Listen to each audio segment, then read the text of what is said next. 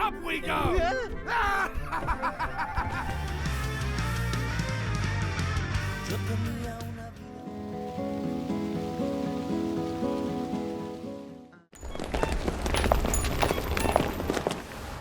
Hi, welcome to Artale. This is Character Animation Roundtable. Wow! Woo! Hi, my name is Amarise DeFranco. I am a BFA4, and my film's name is To Be Loved.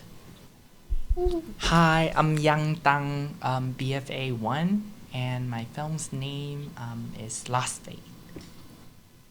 Hi, I'm Giovanni Edwards. I'm a BFA2, and my film was Wilbur and Harold. Hi, my name is Erika.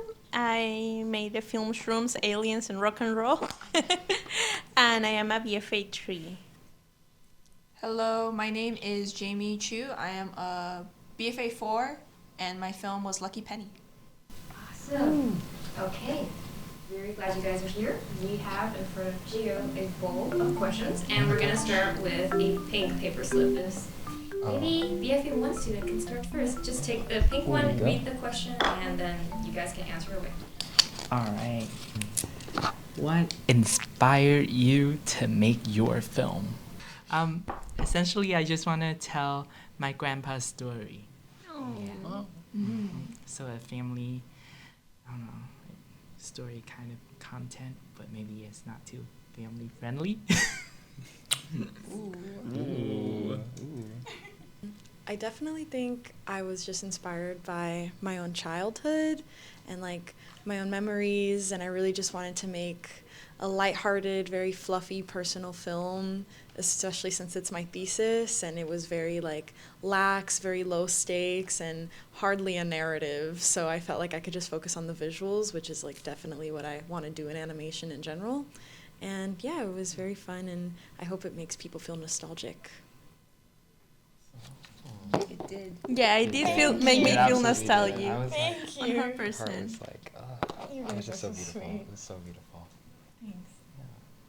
Oh, so I should go next. Yeah, you can go, shoot. and then James. Okay, so inspired. Well, so I think a lot of the inspiration for me, I feel like, comes from my hometown of Connecticut, because I feel like I live in a very foresty place with a lot of wildlife and nature, and I think I wanted to make something that was kind of reminiscent of that feeling of home, strangely. And I was also just like, I don't know what to call it. I think I'm just like, I'm a huge fan of just things that have this kind of cottagecore aesthetic, I guess. And so I think for me it was like there's a lot of, you know, different kinds of films and things from my childhood that I wanted to kind of evoke that same feeling, you know, like of, you know, old Disney, and those kinds of shows that they would play when I was when I was really young. Like, I guess there was like Little Bear and like Franklin and those kinds of cartoons. And, you know, like I wanted to make something kind of Frog and Toadish because I was a fan of that, you know, give that kind of feeling. And yeah, I think it was like a lot of little things that ended up coming together, but ultimately I just wanted to make something that was fun, whimsical, and something that just be like, I don't know, if this can make me feel happy and make someone else feel happy, maybe it's...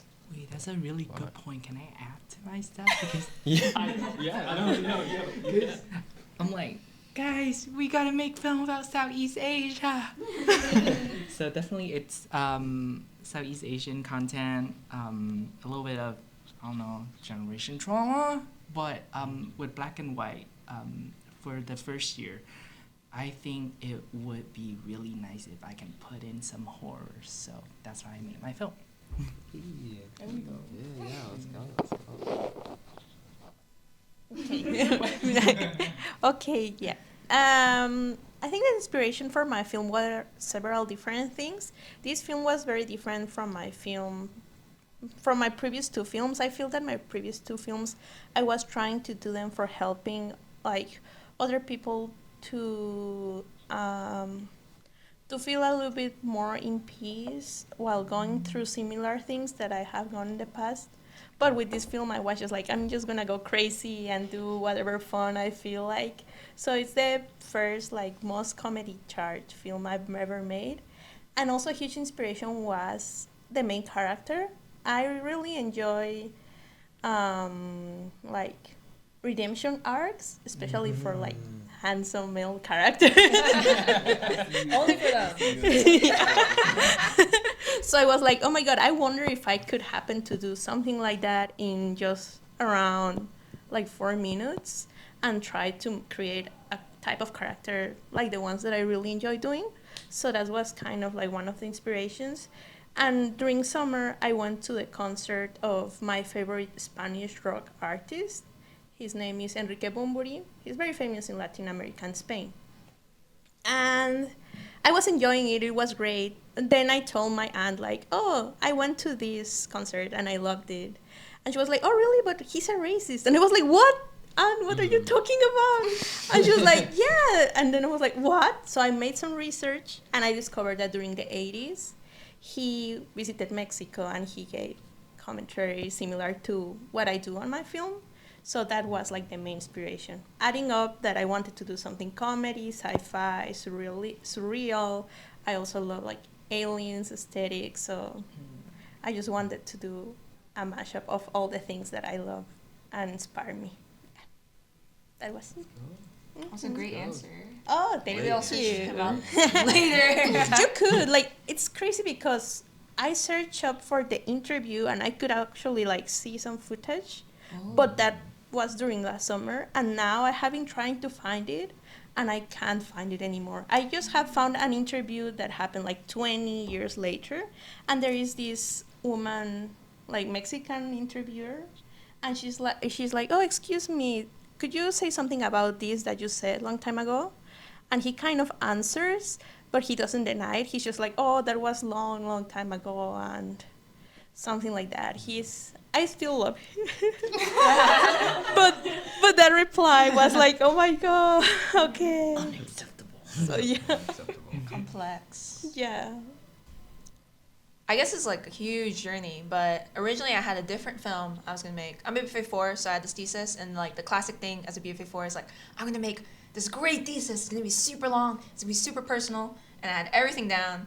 And then I went into the hospital in the beginning of this year. I was like, well, I can't do that anymore. So I was like, okay, I can't do that film, but I still want to make a film to submit for school, and I still want a thesis. So what can I do in like 2 months? And I was really thinking about what is the most effective thing I can do with the least amount of effort. That's how I always think about when I make films, how to get the most while being lazy, like how I put it. So then I was like, okay, what is like the easiest thing to animate? A bouncing ball. And what's a bouncing ball? A penny, a coin. A coin is literally just a circle. So I was like, easy. That's going to be so easy. And it would turn out not to be easy, but that's what I thought. So then I was thinking, okay, what can I do with a coin? And I was thinking, whenever I exchange cash, whenever I do transactions, etc., I always wonder like who got it before, because some coins are super old. And I think, oh, like, when was this minted? What journey did it go through? But you don't know. And it made me really think, like, oh, each coin has its own story. And then tying in with that, similar to what other people were saying, I really wanted to make a film that was personal to me, because I think that's, like, huge motivation in making films. So I was like, I want to make a film that is set in my hometown, and I'm from the Bay Area. So I was like, this penny is going to get lost in San Francisco, and it's going to journey through everywhere, and then it's going to find its owner. So that's how I came up with the film. I guess a different direction than how some other people did, but I'm still happy with how it turned out. And it still got producer show. That's so scary. Yay! It's genius. But So good. I agree 100% about like trying to do something personal with your film, because I feel that also all my films have been personal in different ways, and that has helped me to keep going until the end, because it means something very deep for me.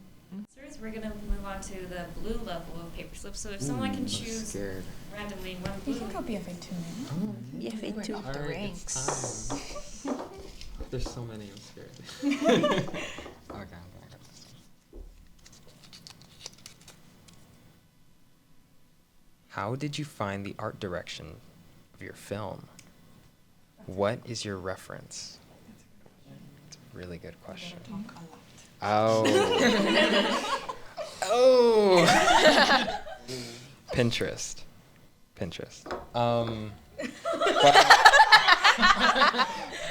No, but I think for me, like, it was so much just scattered things of just like collection of different things from, you know,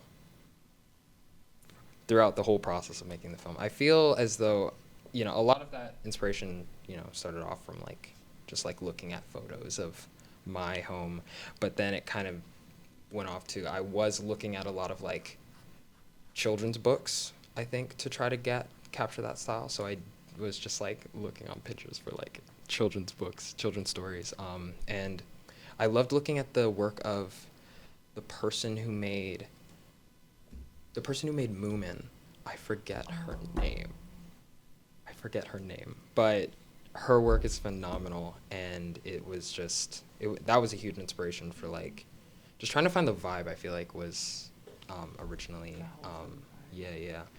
I was looking a lot at, because like I think a year prior I had seen Ernest and Celestine for the first time, and that film, oh my gosh, I loved the style and the animation and just the way it approached character, the way it approached comedy. I loved it, and so that was a really big inspiration for just trying to figure out the characters and trying to figure out, you know, I loved, you know, how it's like in those, you know, children's books where it's like the edges of things just kind of fade off into the distance in a way. I loved that. So that was just something that I was trying to find a lot. And of course I was looking at like, you know, old Disney films, because I feel like that was me trying to take what I liked about old Disney films and just try to put that forth into something. But I think with the, especially, for the character design especially, James Woods is one of my favorite character designers, and so I was looking a lot at the work he did on Mary Poppins. Mary Poppins Returns.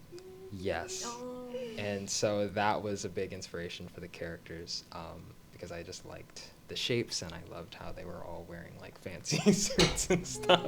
And so that was a big inspiration for me. Yeah.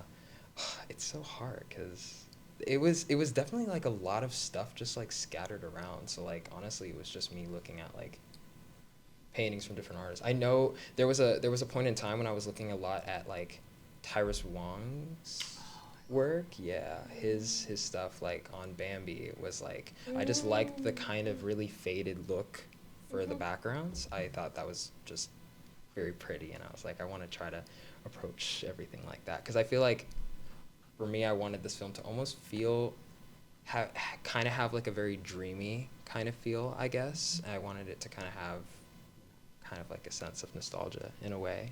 So I was definitely looking for something that felt very kind of soft, very faded in a way. And that was kind of how I was finding my art direction for my film. But I guess those are some of the main inspirations in terms of the art. It's really hard to pinpoint every single thing. I just looked at so much random stuff on Pinterest. I'm not even gonna lie. Like I was just like, I would find something and be like, no, that is pretty, or like I like just the way this part of it looks. Like, I like the colors they use in this photo. That was actually something I did a lot. I looked a lot at like, I would take like children's books. A lot of like, I would look at like a lot of photos from like Winnie the Pooh or like, you know, Frog and Toad, and I would like literally just be like, I just like the colors in this image, I'm just gonna steal that. Mm-hmm. And so that was something I did a lot when I was trying to figure out the color palette for everything. So yeah, I mean, yeah, it's pretty much just how things started to develop, and then it just kind of went from there, I guess. Also Pinterest is like an artist's best friend, and I feel like I definitely have the names of all of them in my Pinterest, but off the top of my head, no, I don't. But I mainly looked at a bunch of very dreamy type of, also children's book based type of illustration, especially since my film's imagery is really just kind of like different like landscape shots. Like my film is very environment heavy, and there's not a lot of subjects in my film this year, which was a big pivot from my very subject-based, dialogue-based heavy narrative film last year, which was nice. I was definitely inspired by, I know on Instagram they go by Ellie Ollie Art. They make really, really nice illustrations. I feel like they're very layered, very big on lighting, very big on mood, and it feels almost like contemporary, which is really nice. And yeah, they were a very big inspiration. And I would just pick images from like my Pinterest board, because for every film I make, I have a Pinterest board, and I would just literally blast it on the double monitor. And as I'm working on my backgrounds, I just look at it, just to absorb like the information.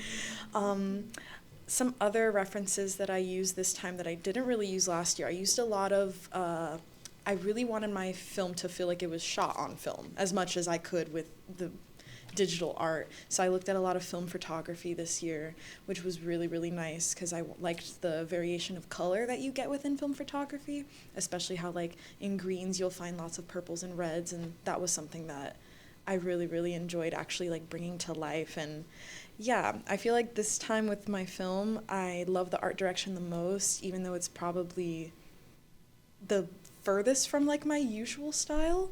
But yeah, I really just wanted to capture that dreamy feeling. Absolutely loved looking at children's books.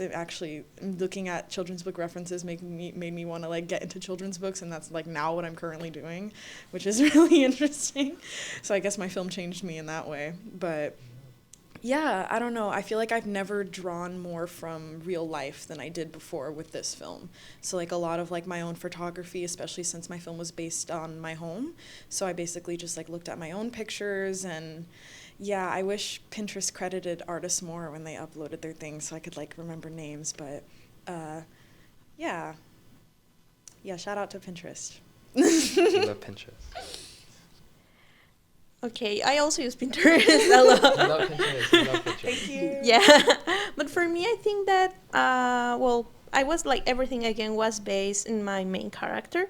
So all the decisions I was taking were just like based in my main character. So if my main character was inspired in someone famous during the 80s, I was thinking that that was going to be like the parting point for all the next decisions that I was going to make.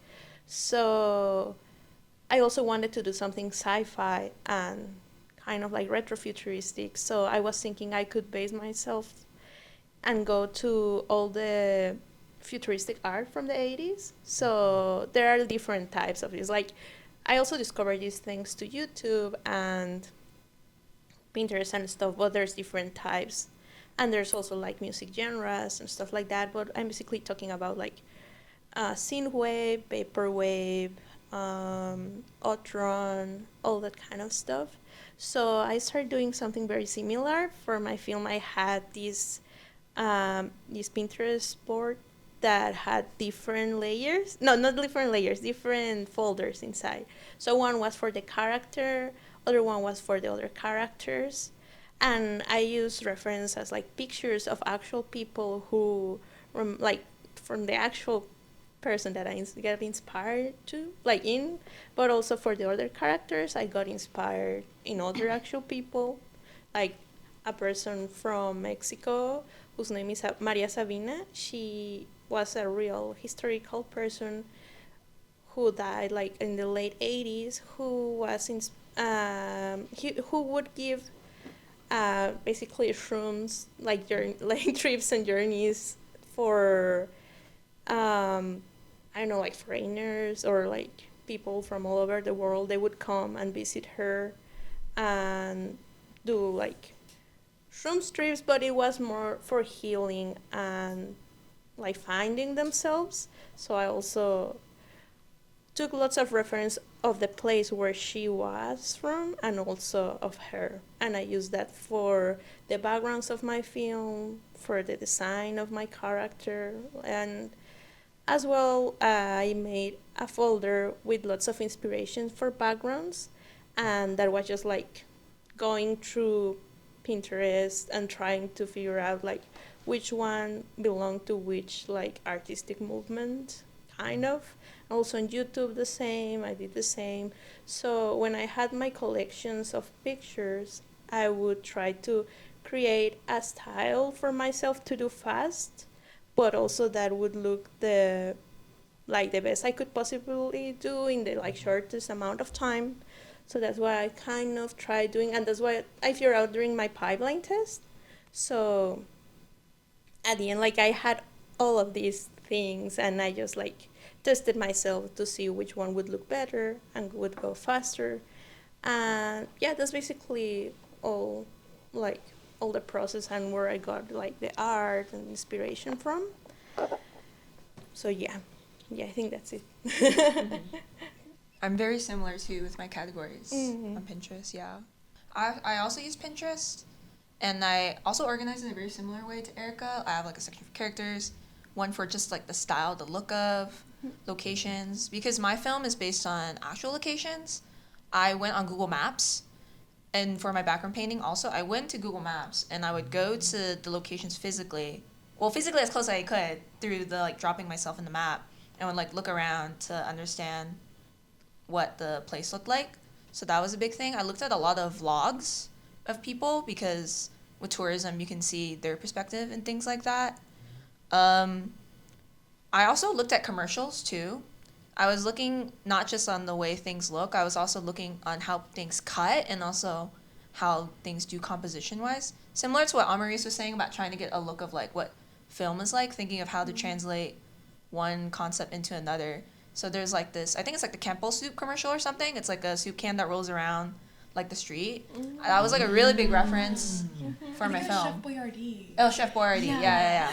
That was the film I referenced a lot because it had like the right kind of pacing I wanted and also the kind of humor I wanted too with my film. So you can get inspiration from things that are not expected. I was looking at a lot of magazine, like commercial design, because I wanted like a super sleek, simple design style, because I was like, I don't want to paint every brush stroke. I was like, So fair. I was like, how do people make like you know those ads you see like on the buses or something? It's like, how did they make it look like a city without drawing like every single thing? So I was really looking at that, so I could make the city look lived in when there's like barely any strokes in it. Yeah. It's all about being effective. Being efficient. Yeah. Well, I just wanted to say that makes sense, and also I think that I have to learn more that because I really enjoy like painting brush strokes, but I feel that has made my process slower and also not that efficient because usually like when I do my films, I just like, I don't know, I feel that I go through the slowest way possible, and I don't like, I do the opposite. I don't do like the laziest, like easiest thing. I'm more like, oh, I don't know, I feel guilty about doing it, but at the end that costs me lots of like, for example, I have some shots that have lots of detail and they are like super short, and I'm sure no one is gonna see that detail unless they pause on that shot. So I have to learn more that, Jaimi. Especially with like the fact that I feel like actual production of film only lasts like maybe 2 to 3 months, and it's like we have to make so many backgrounds in like maybe like a couple weeks or a month. Like 70 backgrounds made in 1 month in like intense detail is like crazy. Like we really do it to ourselves, but it's a labor of love. But we all need to learn how to be a little more efficient, but also we can't be too hard on ourselves when we want to like really get into it with the brush strokes, because we're artists and we love what we do, but the time is not on our side. Time is not on our side. I think another thing that a lot of films show at CalArts that I think is really cool is that since we have to mainly do most of it ourselves, we usually design our film in a way where the thing we like to do, we do it the most, and the thing we hate doing, we do it the least. So my film actually doesn't have a lot of animation. If you actually look at it, it's mainly just me dragging stuff in After Effects. But Gio's film is like every frame is beautiful and touched, Like James Baxter. like Okay, I'm not even gonna with lie. care and love. I'm not even gonna lie. I was gonna add to the whole thing about like trying to find shortcuts with backgrounds, because the animation like took 5 months. I did all my backgrounds in a day. It looks so good though. Yeah, so it was like, it was really about, I got a little bit of help from Justine. She did 2 backgrounds for me. And it was like I was spending so much time on the animation that I had that I didn't finish it until the day of the deadline, and I still had to do like all the background. So I had to find a style that was like, so that's also part of the reason why I'm glad it was like trying to approach it from this like very dreamy perspective, because it was like, you gotta find a way to just do a background in 30 minutes and just And be how like, many yeah. shots did you have? It was 57 shots. Oh my god. So it's like, I think I painted like 30 backgrounds in a night, in about like a day, like a couple. Wow. 24 hours? Don't ask.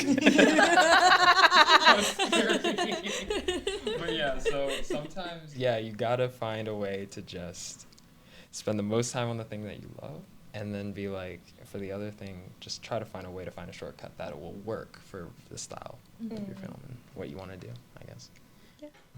I will definitely do that next year. I will keep in mind your words, guys. Yeah, because I mean, yeah, like we're doing it ourselves, you know, and you know, we can only do so much, and I feel like it's not so fair to feel like every single aspect of the film needs to be like the most beautiful, amazing, pretty thing. Sometimes it's okay if like one thing stands out more than the other, and sometimes that's good. Well, for my film, it's definitely it's historical, and it's my grandpa's story. So most of the references I took from was from my family's photos.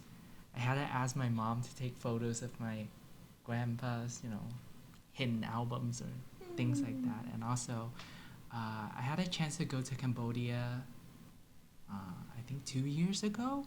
So I still have photos of the ruins and of the time I was being there. So I definitely used to the point that I abused my own Cambodian album just for that. And I did not use Pinterest. To show. It's okay. Did Michelle tell you to not? No. Did Michelle tell you to not Michelle use was like, Pinterest? don't go on Pinterest. Don't do this. Don't do that on Pinterest. That's People's not gonna hire you. But I know. because I'm like, oh, you know what? People just gotta do what they have to do. No, but I'm like, maybe because it's there's not so many photos of Cambodia. No, there are, but there are a lot of generic photos, and the ones that I was aiming for was very specific, and some of the photos, quite honestly, I shouldn't be taking photos, but I just and then yeah, so the photos of the ruins, the photo of the skulls, because Khmer Rouge, they actually kill people and then collect people's skull in a big cage. So yeah, I know that's messed up, and I don't want to keep that in my phone, but God's sake, I still have those, and I feel like my direction was kind of vague at first, but it gets more and more solid during a little bit further into production. But also, I went out to a Cambodian temple in LA, and yeah, I was surprised there's a Cambodian temple in LA. That's crazy. I know. That's where I recorded my all the chantings and all the real sounds are from there. And I took photos of the monks, so that definitely helped me a lot with my art direction. And it's more like a game of balancing the effort that you put in, as you guys said also, because I'm so bad at background, guys. So I only set out like a few stuff, like kind of like I would decide the language, the shape language, and what kind of shapes that I need to have in terms of, you know, motif and all that. I'm so sorry, but thank you for sure. Yeah, for instilling all of that into my head. So I definitely have to keep a few things and repeat a few things in my film consistently. So in this case, it's the head of the Buddha, but yeah, I keep that consistent, and that's how I gravitate my film and also navigate my film. Awesome. Wise words. Wise words. Beautiful. Okay, we're gonna do one more blue paper slip if someone can run. Ooh, who wants to? We can go to Erika. Let's go to Erika. Yeah, because Easy I'm 30. third year. A blue one? Yes, a blue one. Good. Scared. Okay. Okay.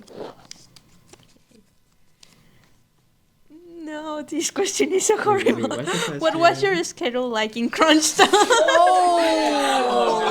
I don't like this question. Guys, whoops. saw you every day. Every single day. This is like Scary. This That's is- a scary question. this is like the least fun part. Let's move on to the next one. So, do we have to answer? Yes, please. Our reaction is enough. You can answer it shortly. Okay, no, it's okay. I can answer. During crunch time, it changed because at first, I think I was working my film every day since we came back in spring semester. So I would work as much as I could through the days. And I had a schedule that I had like on Google Calendar. I was trying to follow it, but I was like, classes would like homework classes, live, so I would kind of start slacking. But then when crunch time started, I was like, no, it's time to finish this film for Mexico. Yeah. Cambodian. Exactly. Like that's how it feels when we're international. I don't know, maybe it's like bigger stakes because we left our homes and we're here just because of animation, basically, or at least for me. Yeah. So I was like, okay, I have to finish this. And I think I would wake up around 8 or 9, then go to the labs. And I would prepare my breakfast and take it with me to the labs. And then I would eat my breakfast while I was starting to work. Then I would go pick lunch, like from, I don't know, frozen food from the fridge or food that I would bring from my room. And then sometimes I would stop and eat, but others I would also eat while working on my film. Then work on my film. Then if I would feel hungry for dinner, I would go pick some cereal, fruit, something like that, bring it back and keep working. And I think that it depended because I also had a new updated Google Calendar schedule, but I was like, I have to follow this one. If I don't follow it, I won't finish. So I was like, I have to finish, and I was following it. So if it was a good day, I would end my work at 12, like midnight, usually. But if not, it could go like until, I think that the latest it went was to 3 a.m. But usually would be like my working day would be like from, I don't know, let's say 9:30 a.m. to 12 p.m. kind of. I didn't do that much. I did that. I did that every day, and I went crazy. But also, I was like, no, like what helped a lot, and why it was so much healthier for me than previous 2 years was that I didn't pull any all-nighters. I was like, for me, it's better to work as much as I can, but still sleep, than not working like a few days, but then having to not like to work like all like without sleeping. So that's something that I learned. And also I did lots of mindfulness. Like for example, while I would be working, I would be, I don't know, cleaning up, doing animation, but I would be listening to podcasts that would be like very, I don't know, like positive, mindfulness, mental health. So for me it was like, I don't know, like working while doing therapy kind of. So that was super helpful. And it helped a lot for real. Like I was like, I had to listen to something positive while I'm doing all this mess, because if not, I won't survive. And I still felt that I was going crazy at some point. I was like, oh, they're looking at me, but but still this helped a lot. Also trying to be kind to myself, like, okay, Erika, you're doing great, you got this, we're almost there, your parents are supporting you, my family is gonna watch my film, I'm doing it for them, for me, and all that helped to like finish and keep working nonstop. So yeah, that was my schedule. I'm done. I would love to talk about mine. Oh my. You finished early though. Okay, I did finish early. You finished really early. Yes, I did. Okay, so for context, last year when I was making my third year film, there were like periods where I would be awake for like 48 or 72 hours straight. And like to the point where like, you know, when you were like, oh, they're watching me. I was like, I'm hearing things like auditory hallucinations. Like I hear like whistling and I'm like, and it was nothing. So I had a really unhealthy schedule last year. It was really, really bad. And this year I was like, something's gotta change, which is why like I gave myself an easier workload this time anyways. But I went through something pretty personal over winter break, and I like also redid my film idea. So like I started pretty late in the game, so like I was already kind of a few weeks behind schedule just starting off. And yeah, personal life setbacks definitely like take a toll on your motivation, but I was like, this Google spreadsheet is going to carry me to victory. And what is that? My mom. So basically, to stay on track as much as I possibly could, I really tried to hold myself accountable to a really, really organized and color coordinated Google spreadsheet, which did help because I also coded it so that it could have, every time I ticked off like one of the check marks, it would increase the percentage of like how much I finished, and that was definitely like a big motivator. And I got to like materialize my progress, which was like, that definitely helps me a lot personally. But so my schedule, for the last month of Film Crunch, I was actually nocturnal. So I would usually start my work days at 7 p.m. and then finish at probably, I want to say like on average 8 in the morning. So I would be in the cubes by myself, which I'm going to be honest, I actually loved it, ? I really loved being in the cubes by myself because it was very calming and very meditative. And like I got to watch the sunrise every day, which was really nice because my biggest thing with Film Crunch last year is that, you know, I would start my work days at like 1 p.m. and I wouldn't leave, and I would just like watch the sun go down and watch the day go by. And that was just honestly like a really big detriment to my mental health because I could literally see the life I wanted to live like pass before my eyes in a big window. So this year I basically just, you know, I definitely worked every day. Like I worked to the bone, but it was like little things like that, like being able to watch the sunrise, or like by the time I leave, like I can like see the sun come up through the mountains, or I hear the birds waking up. And then they used to have like a trampoline near the graphic design office, and that's like on my way home. So I would always like, I would lay down in the trampoline or I'd bounce on it a little bit, and that really kept me going. I think it was much better than last year, because last year I felt like my soul dying while I was making my film. But this year, even though like the workload and like the schedule, like it is not easy, like it's rough, and you really kind of have to like work every single day, no breaks. So that in a way is hard, but it was like little things like that, like because a big thing, like I said, is like, you know, my day and how I spend it. So getting to like start and end my day with like the sun was like really, really nice for me. And I actually ended up finishing early because like I kicked myself into maximum overdrive a little bit harder than I needed to, and I finished 4 days early, which I never thought would happen. So yeah, my sleep schedule's back to normal. So that's really good. Amarise is not nocturnal anymore. I'm not nocturnal anymore. I was though. Oh my goodness, I really was. So scary. Yeah. You should go next because you had a crazy schedule. Oh. Yeah. No, You it's did not move. Oh, hey, no, I'm That was your hot desk. It belonged to you. Well, it's my cue. Yeah, that was your cue. Well, okay, I'm not. No, I can't say that. I was about to say I'm not an early bird nor a night owl.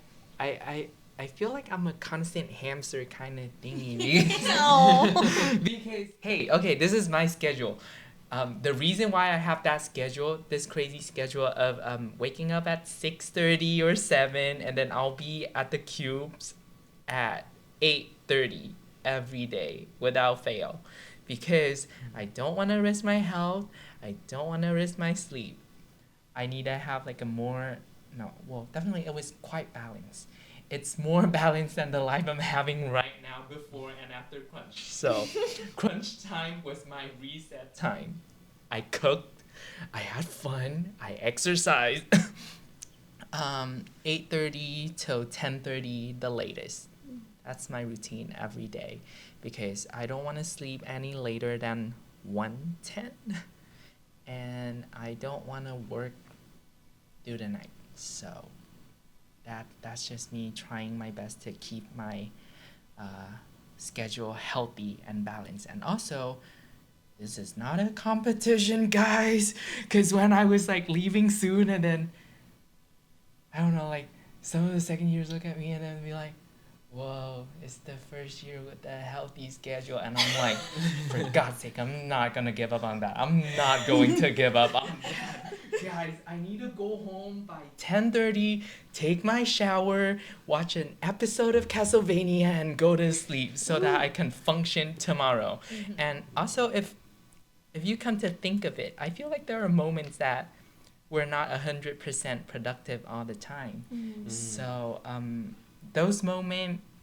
I feel like I need to get myself out of film or do something that would feed my creativity for a little bit more and then get back to film. Because that way I feel like I can work better. Yeah, so I know it's hard to practice because literally when I first started that, I was like, no, this is not gonna help me. I'm not working, I'm not being productive, but I feel like we just need that. And I just kind of trust the process by, or maybe I was being a little bit delusional by telling myself, hey, you know what? This is time for you to, like work on yourself, work on your health, just have a little bit of fun. And then when you get back, you can do better. And that's what I kept telling myself.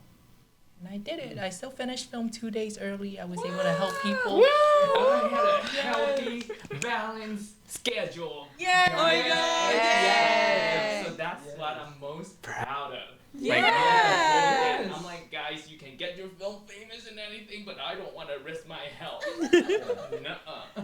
Your health is your life. I mean, Yeah. without your health, there's no art. Mm-hmm. Yeah.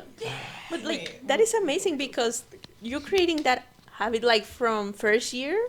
Like that's Very something good. extremely valuable because it took me 3 years to try to get to a point similar to yours. Yeah, that's very rare. Very Very rare. Yeah, rare. no, like you should be very proud of yourself. Extremely proud. Yeah. And I also would like to You add should keep for the that up. people out there, I was nocturnal, yes. but I was still getting 8 hours of sleep.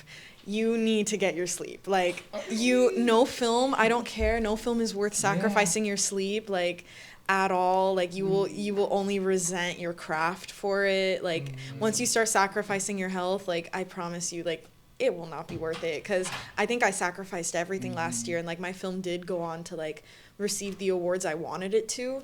But, like, I remember watching it at producer show and being like I wasn't happy. So, it's really never ever worth it. So go outside, eat your yummy food, watch your Castlevania, and get your sleep. Like you must. You simply must. Because if you're at a desk all day, like we're gonna be if we're gonna be real, like a fourth or a third of those hours you are spending on your phone. So like you're not in working your whole time that you're there. So you could spare like an hour to eat a good meal or an hour to catch some sunlight. Like you really, really have to like still nurture like your spirit while in crunch mode. Like it's possible. Don't let anybody convince you that you have to like sell your soul to the devil, because you don't. Yeah. Wait, could I ask, Amarise, like if you could like expand on why did you feel bad during watching your film producer show? Yeah. So I was really proud of my film because it was like the first film that I had made, and I was working on it for so long, and I was really happy to see it be done. But I feel like just during the process, because I was so like harsh on myself and like very just like practicing unhealthy things, and I was neglecting like not just myself but like people during that. So like the support system that was there to like support me, I was neglecting that too.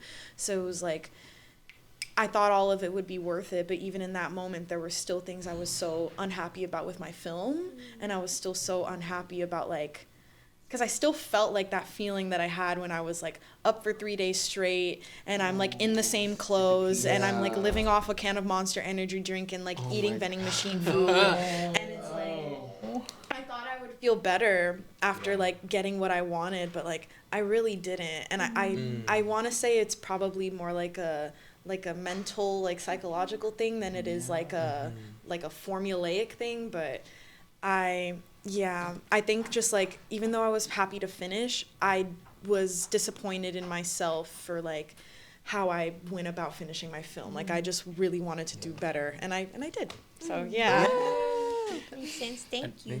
Also, guys, don't feel guilty for taking naps, because even while working in that crazy schedule, I still take my naps whenever I feel like, I'm gonna conk out.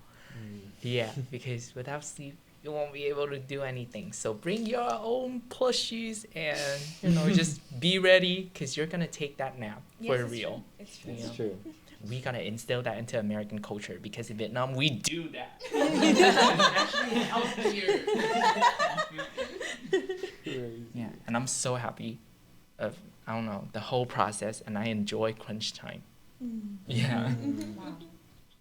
Because I get to eat good, sleep well, and just live my life. I'm happy for you. It's so good. Yeah. Thank you. Your turn. Yeah, I You. guess I Your gotta. dark Oh, side. so I always see you at the 108. 108. Oh yeah. That's my favorite. Yeah, 108 was. I was gonna say that's my favorite thing, Yeah. seeing people's established territories. Yeah. That's like their zones and just visit them. Yeah. Back But in yeah. the room.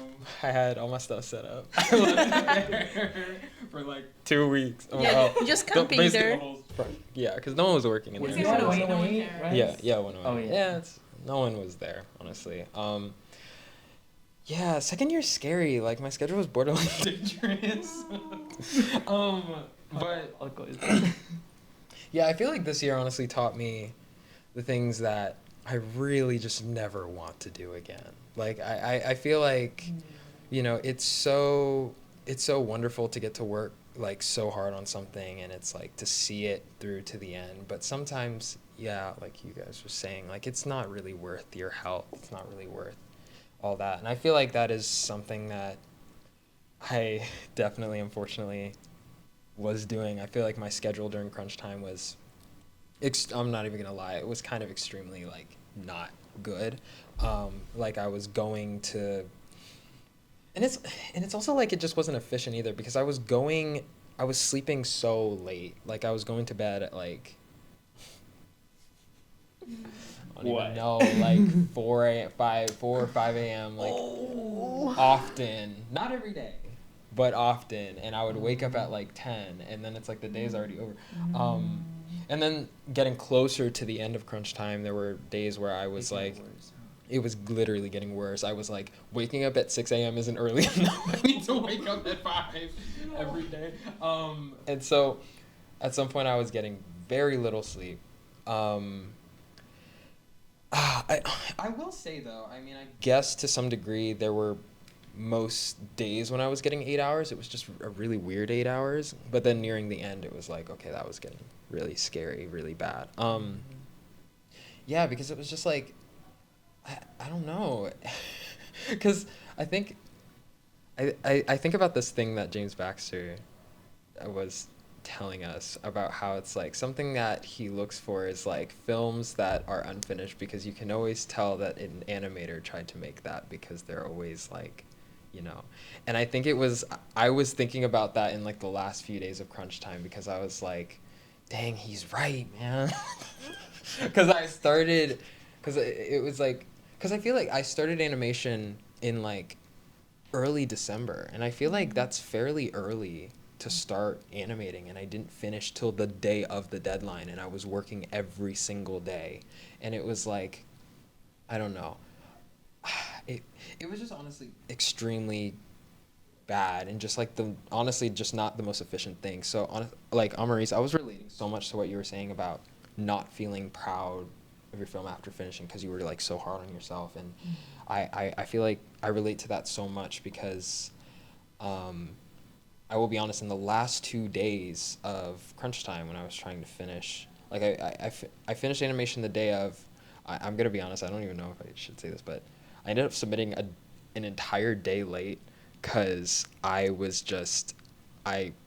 by the time the deadline hit, I still had like, you know, my background studio and everything, so I had to stay up another day to finish everything. And it was like a 2-day all-nighter from like the 17th to the 19th, just staying out, just painting everything and trying to composite everything. And Kat helped me a lot with that. Oh my gosh, thank you, Kat, with compositing and stuff. But yeah, like when I finished like my film the day after and submitted, I watched it and I was like, this is the worst thing I've ever made in my life. And it's only because I stayed up for so long and I felt like I had been looking at this for such a long period of time. I feel like I became numb to like what I was making, and it's just like I couldn't see what was there. So when I finished, it was like, dang, like this is just really. Oh, yeah. I call that film dysmorphia. Yeah, that's You gave it a name, Jaimi? Yes, That's film true. dysmorphia. Yeah. Yeah. It's horrible. Yeah, it's awful, and that's why you gotta take breaks. Like you gotta spend time outside of your film, because I feel like when film becomes your whole life, it's like you completely lose sight of like what you're making at some point. And it's just it's sometimes you start to lose, you know, entirely like what you enjoyed about it, what you like about it, what's meaningful to you about it. And it's just this horrible, like, just like, you're just like, why am I still doing this? Like, what's the point anymore? So, yeah, my schedule was just horrendous, honestly. And I think next year I want to try to work on that. I think it's important to, you know, get sleep, to take breaks, to do all that stuff. And it's just like, I especially think, you know, as a second year, it's like after you've made your first year film and you come in, you're like, oh my gosh, I could do anything I want. Like 2 minutes is so long. Yeah. Oh my gosh, That I can happened make to like me. my epic. Yeah, literally the same. Like the second year epic's real. That's real. Like people were not lying. That's a thing. Like, that's scary. That's a scary time. And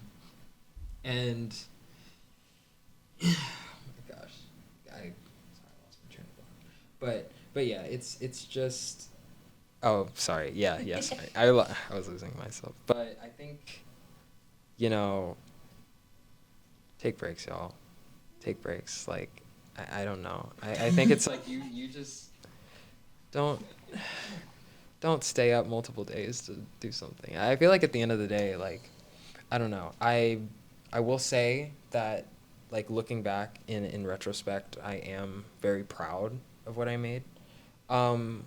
But I still think that I think for the next few years, it's just like, just trying to find ways to just be like, can you have a consistent schedule that allows you to get 8 hours of sleep, to eat like multiple meals? Because like at some point I wasn't really eating either. So it was not good.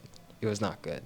And also just like, just being, I think it's also just like being a perfectionist and being someone who is like tries to go more than what I know I probably can do. It's like sometimes you just have to curb that. You got to humble yourself. Like just know, like, you know, there are things you might want to do, but sometimes it's okay to just be like, okay, I'll take it this far, but maybe not up here for everything. But yeah, I mean, I don't know.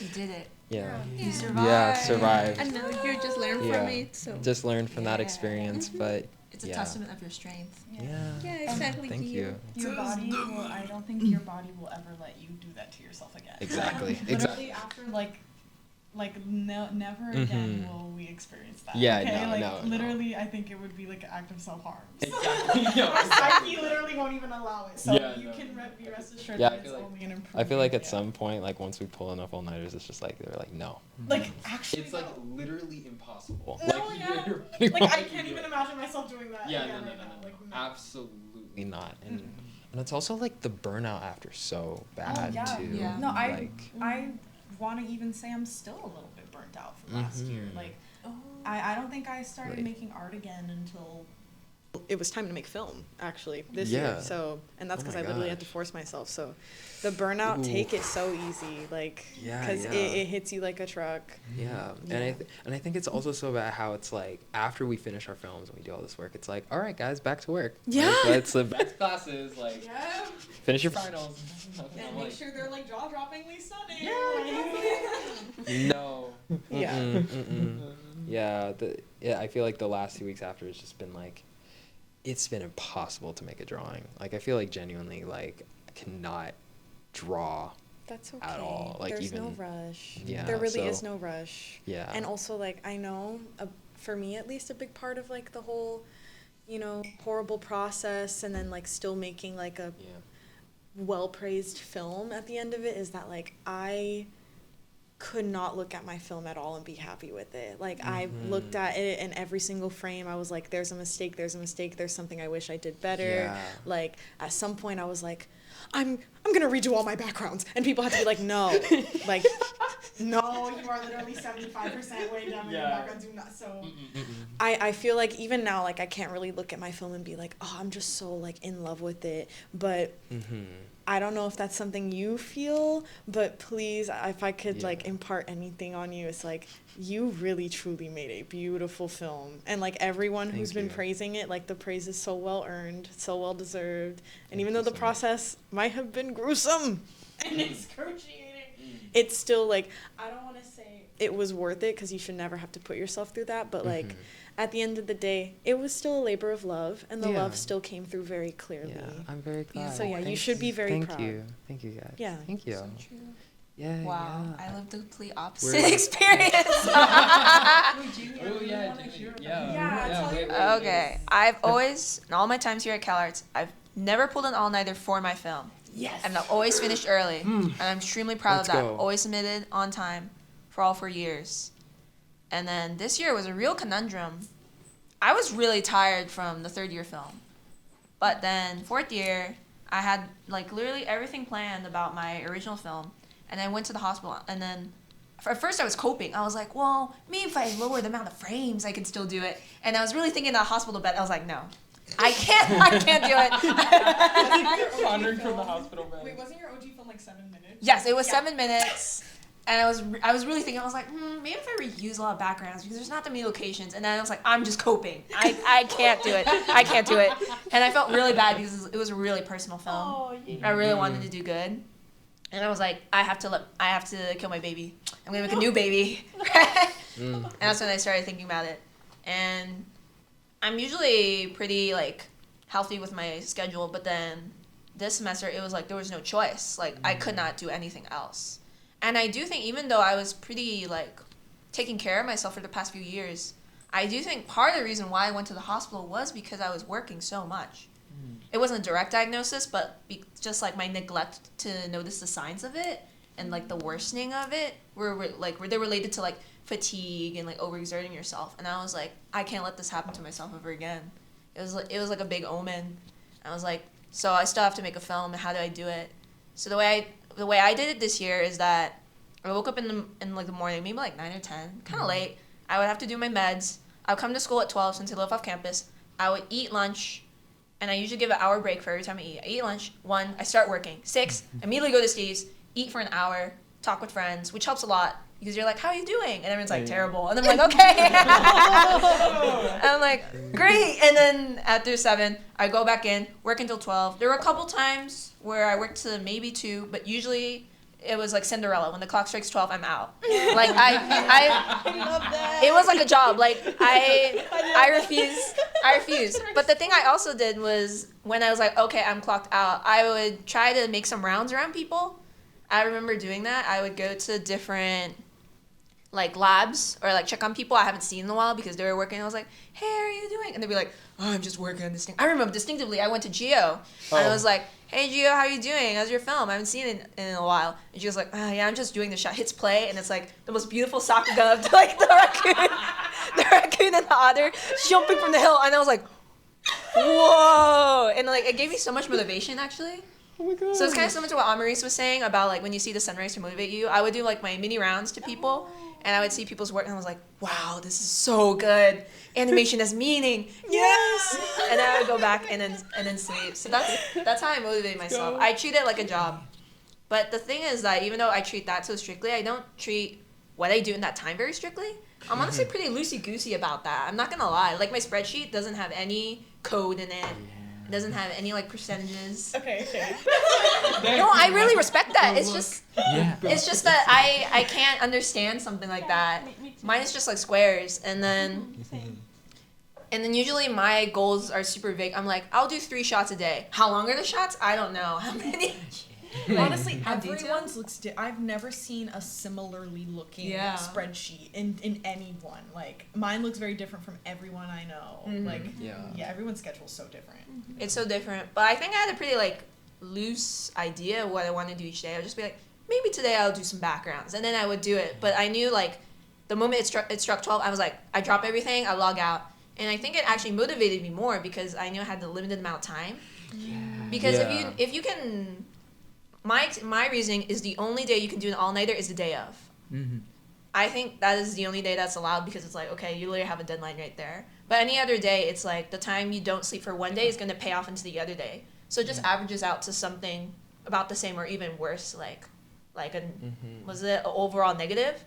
So then, because, like, when I would see only have 2 hours, like, I'm like, oh crap, and then I would work faster, and then I would actually get my stuff done. Another way I would motivate myself is I would give myself little rewards, like I would Pavlov myself. I don't know if other people do this, but I remember in second year, I had a bag of Skittles I got from the vending machine. I was like, after I finished animating a shot, I will eat 1 Skittle.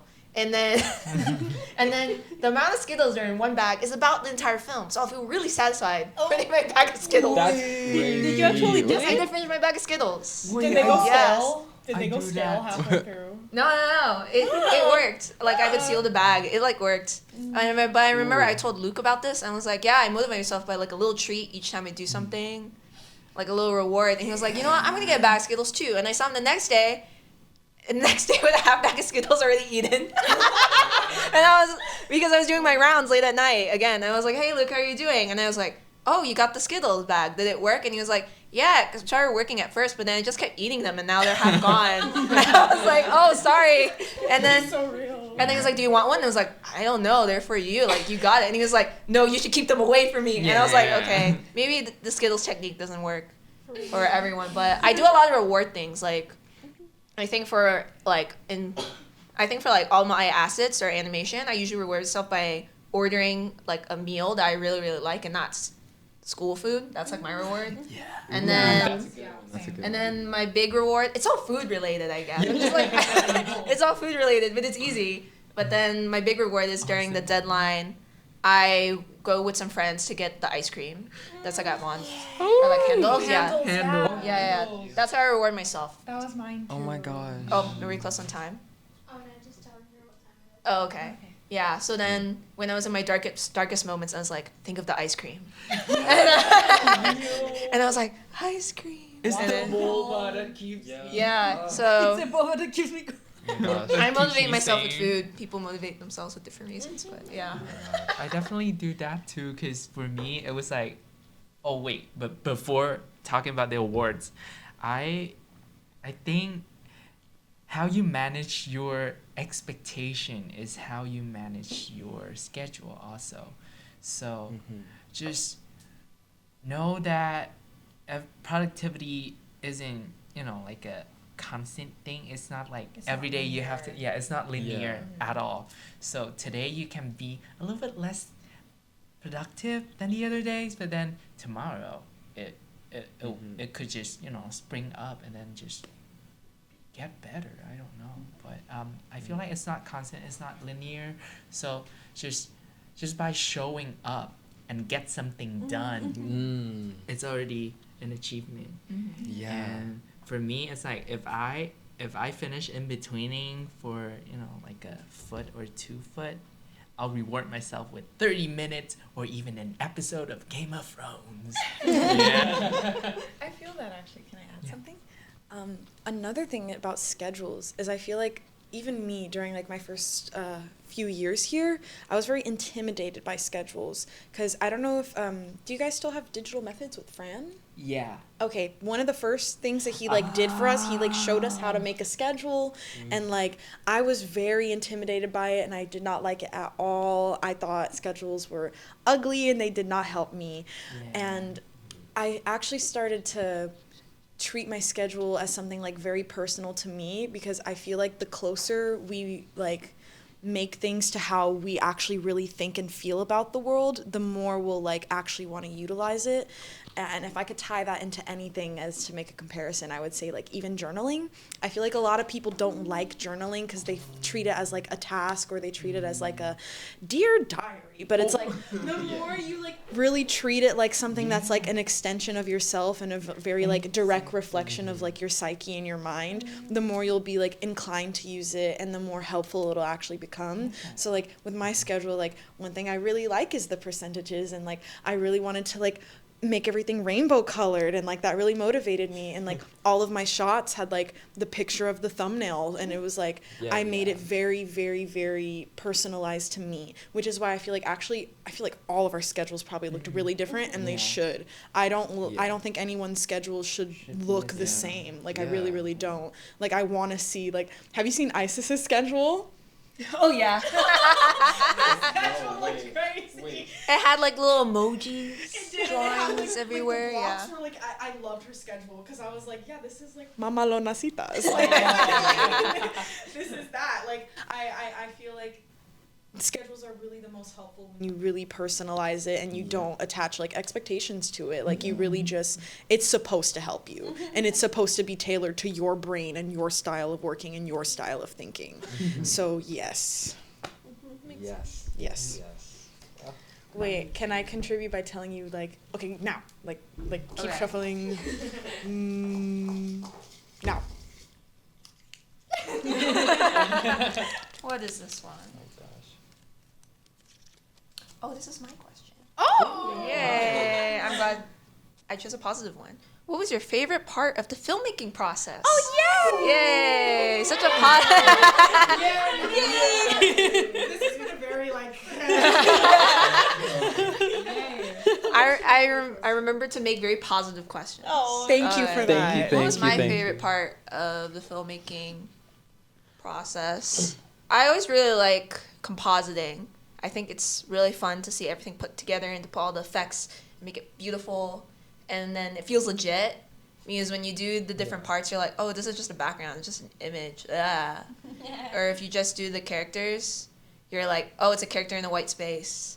But then when you put it together, it's like, this is real, this is like actual thing, and you can make things move. So I really like that. Not directly related to my film, but I really like helping people. Oh, is there something up? It's 20%. Okay, go on. Okay.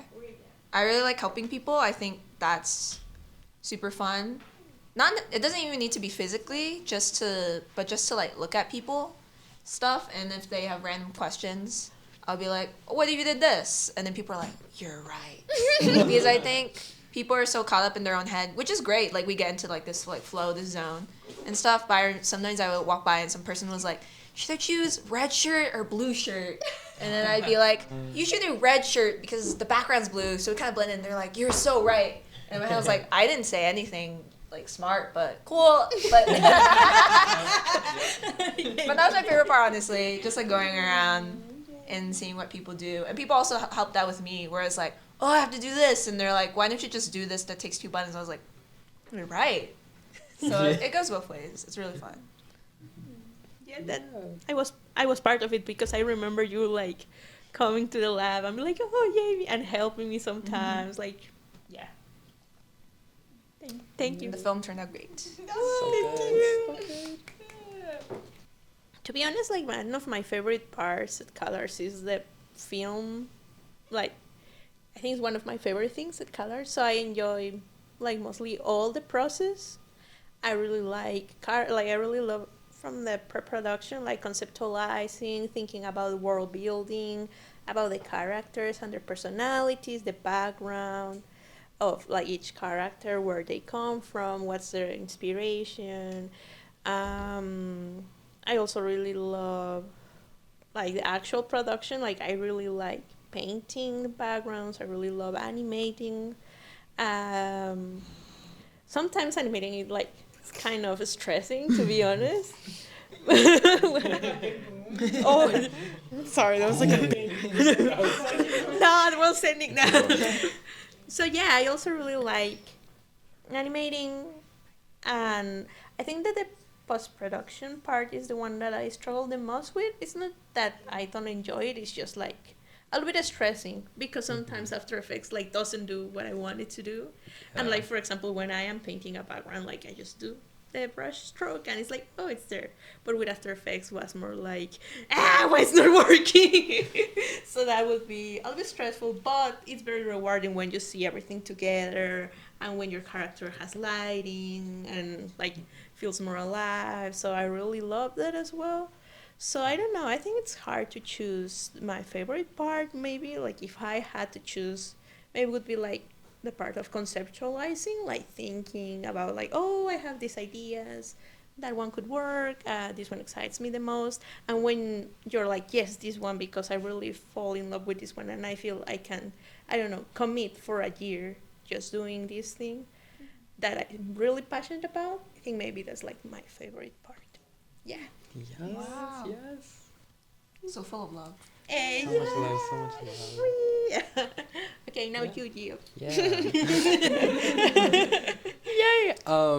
Yeah, so my favorite part is the animation. I feel like, I think, I also love the part where it's like when you're, you know, coming up with the story and like seeing your boards kind of come to life. And also just loved in, you know, like when you come in film workshop and you're like, guys, I have a new idea and I did all the boards last night. And then you come in and play it and then everyone's like, wow, you know, and everyone just like, you know, gives you like you get people's reactions and everything. That's like such a wonderful feeling, I think, especially.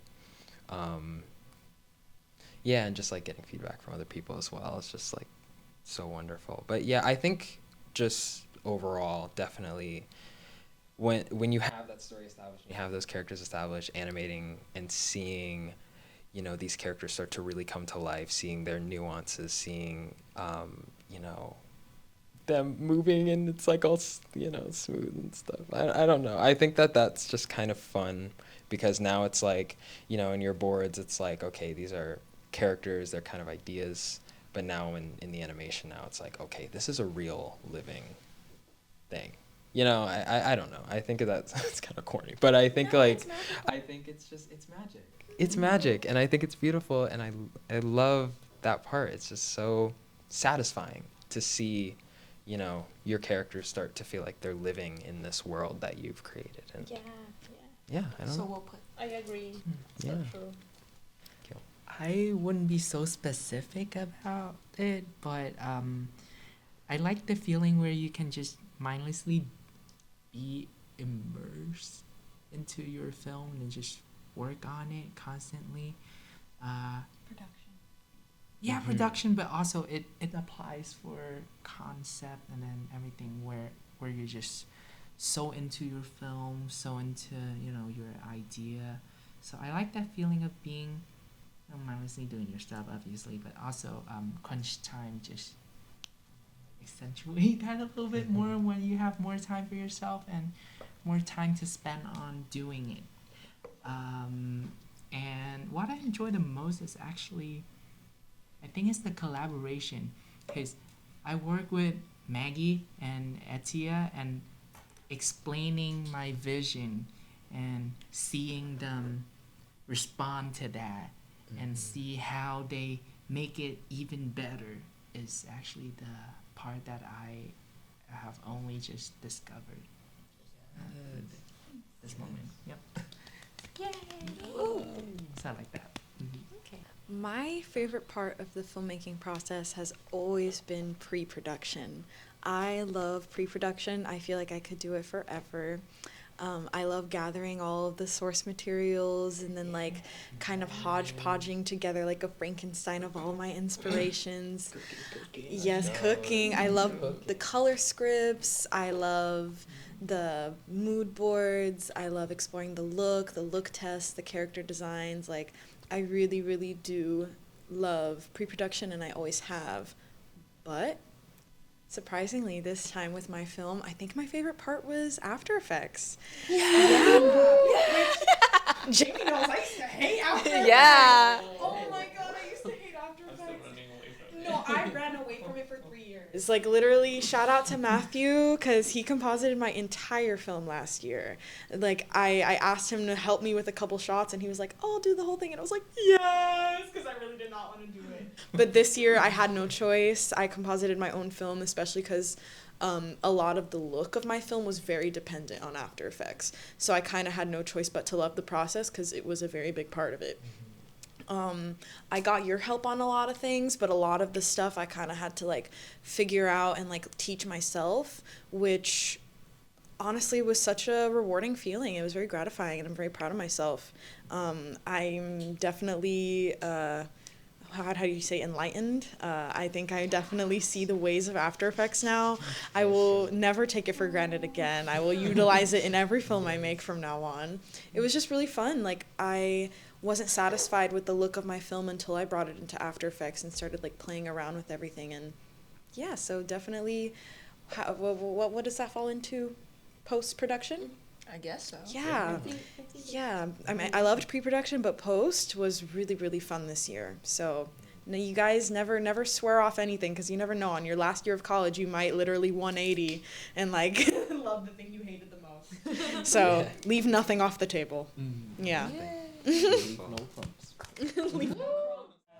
Okay, cool. So let's look at some of the film files and get into the behind the scenes. Let's go. All right. Let's go. Okay, keep it short and sweet, hopefully. But, okay. So, this one I learned a lot because the first time I have to animate 4 people together. Ooh, and I did not know what I have signed up for because, God, this is so taxing, but it was really fun because the body mechanics and also how the characters interact with each other. At first, I thought I could just draw it out from my imagination, but guess what? At some point, I had to call Ryan and Celine. Hey, right. Hey, Celine, can you just be the kid and the wife? I'm gonna hug y'all. Yeah. Yay! And also for this one, what I did was initially I wanted to use After Effects for this kind of effect, but I found out a better way to do that in Harmony. So sorry, Jaimi, I'm still running away from After Effects, but at some point I'll get better at it. So It's okay. It turned out good. yeah. Good job done. I had a lot of fun on animating effects, like water and the splash. So, and also I learned a few things about blood as a liquid as well. Like it has to be a little bit more stickier. It has to be a little bit more, I don't know, like it's thicker than water for sure. And the way to achieve that is actually you offset your animation for 1 or 2 frames. I did 1, but yeah, you offset it and then you lower the opacity. You duplicate it, offset it, and then lower the opacity. And then later on, you kind of, you know, like you can simulate that kind of feeling, that sticky feeling. Yeah. And I just learned that while doing this. Awesome. Hey. It came out so good. Thank you. Like your title design as well. Yeah. Ooh, So pretty. yes, I was writing Khmer, Cambodian, and I had to have my auntie write it down for me, written it down, and I learned a little bit about how to write Sanskrit as well. That's so cool. Yeah. So learning about making a film is more about making a film, but it's more about I guess it's more about learning about life also. Yeah. Yeah. 100%. Yeah. Absolutely. Yes. I brought first I'll start off with showing the color scripts, or at least the color script of the shot that I eventually am going to show you the process of. Final page of my color script, and with my backgrounds, I kind of directly just slap my color script onto a Photoshop file and then painted over said backgrounds. Over said color script to get the background because I feel like I locked in pretty locked the colors in pretty like succinctly, so I didn't really need to do much outside of what we see here. But I went ahead and did this. I'm going to show you the process for this shot that I did for this one. Here's some of like my look tests. I was really inspired. I don't know if you guys know that one Goblin's short about like the kids who witnessed the murder and then they're bribed into keeping quiet. Yes. Yes. No. I was really inspired by that visual style, especially with like the eyes and how they treated like the face and the fuzziness. That's why I have the fuzzy effect, because there was no way I was drawing that by hand. So this was kind of the look test for my film. And then let's start off with the rough animation file. I did this all in TVPaint. This was one of my cleaner rough animation files, I will be so honest with you, because I wanted to show good face. But yeah, so I started off, of course, in TVPaint with the lines. Then I just did the color texture layer and did bucket tool for the coloring. It's pretty scratchy, as you can see. It wasn't like the cleanest thing. And then I went over it with another brush to like do the detailing on the face. Super simple. This is kind of when I started freaking out, because I'm like, this doesn't look like how I wanted it to. And then I started bringing it into After Effects. And so, of course, so I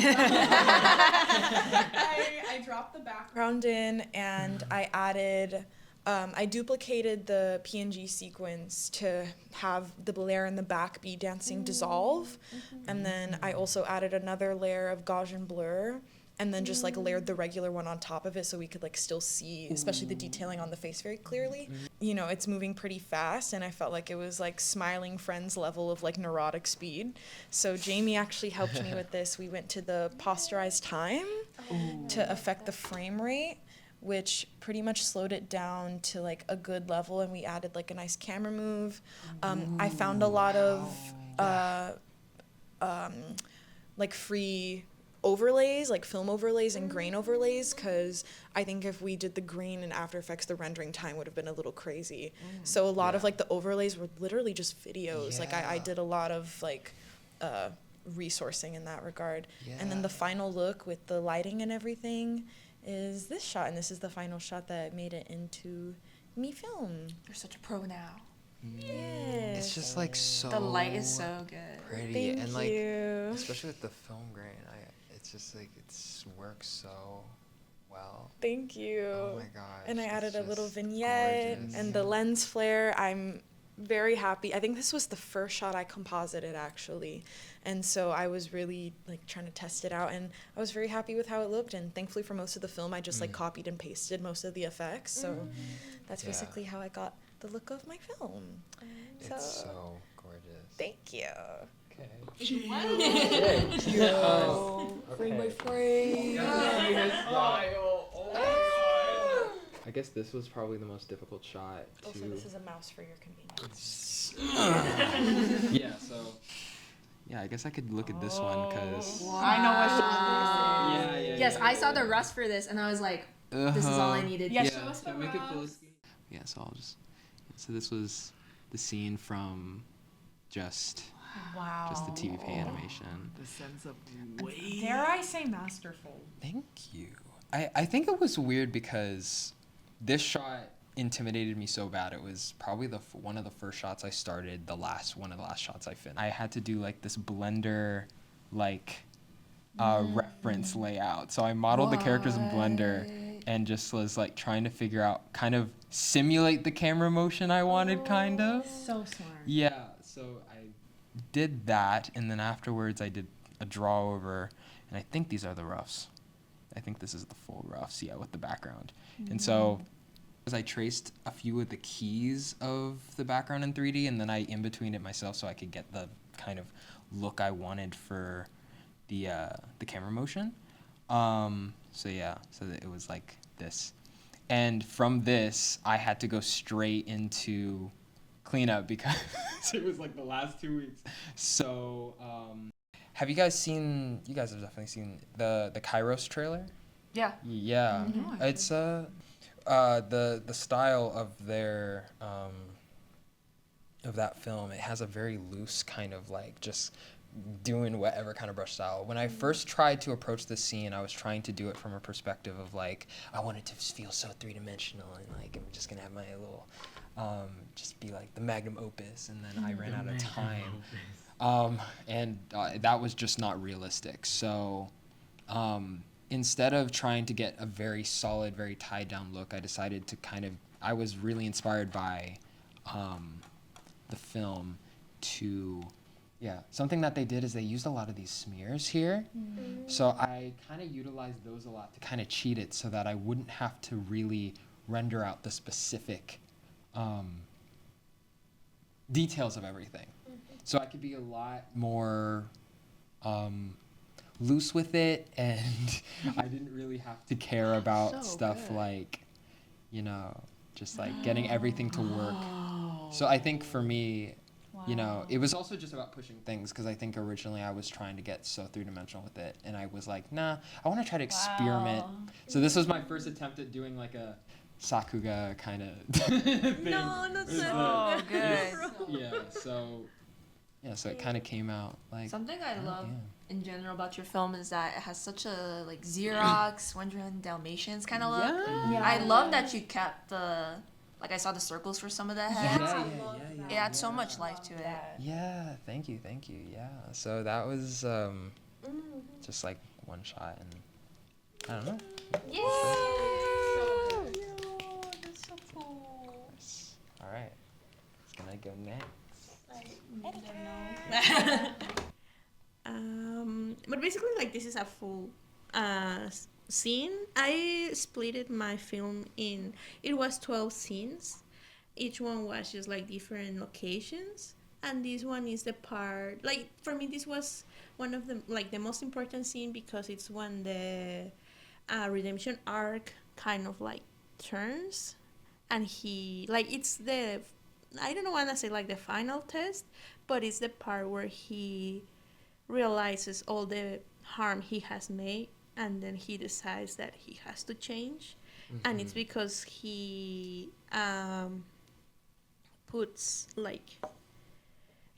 it was about putting him in the perspective of one of the like fans who he would have hurt. So I don't know, it was mostly about storytelling, but it was challenging because I had to think and decide a middle point between of still having comedy, because that's the tone of the film, but trying to do it emotional, and still try to show a character who is an idiot, a jerk, but he still could have like, I don't know, like a little bit of empathy. And I was trying to make lots of decisions to achieve this. So one of the choices that I did was the colors. This was also like decided in the color script, but the colors are trying to portray like either the character's like personality. It's more like, it's a little bit more girly because it's from her point of view, but also the colors are trying to with, I don't know, like the decision of the lighting and purple and green, trying to convey the emotion change that was going inside of the character, and the emotional like changes between being empathetic for another character. So that's why I made all these choices. And also the acting and the decision of making him tinier was to put the girl still in advantage and make her like a PowerPoint of emotion being like conveyed to him. So it's kind of like basically has lots of I don't know how to say, but lots of like hidden meaning that I like was trying to like when Subtext. yeah, exactly, lots of subtext that I, while watching it, it would produce like certain emotions and communicate information to the audience, especially this part when he apologizes during open show. I was a little bit concerned because people were laughing at this part, and for me it was like the most emotional part. But then I asked some classmates, and they told me that they laughed because it was more of a relief that the character finally understood and changed, it was not because it was like, how funny. Like, later it's just because of that, because he kills himself. But, spoilers, no. Well, I won't say anything, but yeah, so basically, I kind of had all this thinking process through all the scenes, but this one was the most challenging and the one that I learned the most with, because I understood, like, there are so many things that, like, everything has to follow the story, and there are so many things that can enhance the story, which are like color choices, composition, acting, scale, relationship between characters, also using here the reflection, like, for storytelling helps. I had never done that before, but I also understood that it saved me shots and it also helped. And also the pacing, which is more like, it's lower than in comparison to all the other ones in the film. Yeah. So yeah, that's kind of, I don't know, my processing. Yeah. Nice. Whoa. So detailed. Thank you. Yeah. Alright, Nice. Jaimi. This is literally like one of my first pages of like doodles, and you can start to see some of the shots that ended up in the end. I don't know where my mouse went. Oh, there it is. But yeah, this is how I think. It's pretty loose. I was just like, this would look cool if it looked like this, and I had some notes of what processes I had to do. These are like the notes I got from Film Workshop, because I think people don't realize like how much like work and editing goes into making a film. So like these are all notes I had to do and stuff. So, and then I literally did an entire map of San Francisco. Oh And my I tracked gosh, it. Wow. Where it went. Yeah.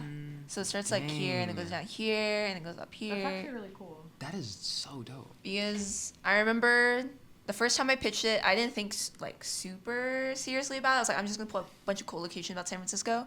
And then my film workshop teacher, Dave Thomas, he's lived in San Francisco for like a decade, and he was like, this doesn't make sense. And I was like, oh. And he was like, tomorrow we're gonna sit down, we're gonna open the map, and we're gonna talk it through. And I was like, okay. But you know what? I'm glad he's a native, because he was like, he knew every single place. He was like, what if we take it here and then it goes down here? So a convenience store is based on the real convenience store. Oh. And it goes down here, and it passes the city hall, then it goes into the subway station here. It rides the subway up here, shoots up to the financial district, goes through this park, and then going down the road. Like, even the direction the cable cars are going makes sense. Like, the cable cars actually are in that street direction. The Lombard Road is there, it jumps on this tree, goes to the tower, goes away into the ocean, and then spins all the way here. So yeah, everything was calculated. Yeah. It's crazy. And then Mastermind behind the film. I guess seeing a pitch deck is really fun too. I don't think most people see this, but Did you do that for Film Workshop? yeah, and also for myself. There it is. Yeah, okay. So this is a convenience store, and then this is how I made references for every single place. So I compiled every single place. So then, because there were so many places, and I thought it would be so confusing. So I was like, I'm gonna make a slide. Oh yeah, the busker is based on the real man. He's like actual famous busker in the place. So yeah. This just made it easy for me, because I was like, I need to go to this location. I would just click through it in the spreadsheet, and it's all in the order of the film. So that's right here. yeah, so that's how I did everything. Genius. Yeah. Oh my gosh. Shrooms will work. It's so pretty. I gentrified it. It's like not real. This is so I won't show the After Effects file because it might take centuries to load. But I guess a pitch deck is always fun to see. I don't think most people see a pitch deck. So it's like a log line. And then my life context. Oh, that's great. And then film context, which sort of like what we were saying in the questions, like this is what I want to do, this is why, this is history, concept/tone, and then my notes and what things look like, my animation inspirations, my live action inspirations, which is like that's the chipboard rolling can, art direction, and then that's my Pinterest board, which I won't click right now. Yes, I used this video to make my coin. And then the people, like that's why I was looking at ads to see how they simplified people. Environment. This was really early stage, so I was just thinking of cool locations. And then this is a list Adriana in third year gave me because she's from San Francisco. So she was like, these are like the real places the local goes to. And I was like, thanks. And then this was like my first story. And music, sound design for that, yeah. So that's like Ooh. the beginning, and then it became a thing, a real thing. Yeah. Wow. That's so cool. Yes, amazing. So did you do all that before starting the film? Yeah. It's like the concept, like all put together. Yeah, like I pitched all of that to my film workshop because I was like, hey guys, I came back, and they're like, oh, and I was like, I'm making a new film. They're like, what? And I was like, boom, here you go. And then I pitch it, and they're like, okay. Nice. Okay, and then they give me the notes, and I start writing. Yeah, that's how I usually work. Okay. Awesome. Thank Thank you for watching.